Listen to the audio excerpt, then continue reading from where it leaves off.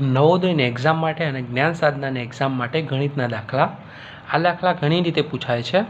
3/7 + x બરાબર 17/7. હવે આ દાખલામાં આપણે x શોધવાનો છે. કઈ રીતે શોધીશું?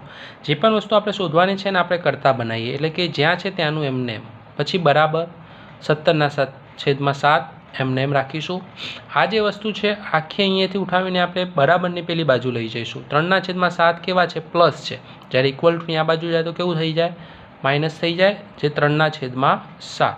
હવે અહીંયા જુઓ મિત્રો, 7 એનો છેદ સરખો છે. જ્યારે છેદ સરખો હોય ત્યારે એને એક જ વખત લખવું પડે અને ઉપર જેમ છે એમને એમ એને આપણે લખી દઈએ. 7 અને 3 વચ્ચે શું છે? માઇનસની નિશાની, તો એમ માઇનસ મૂકીએ.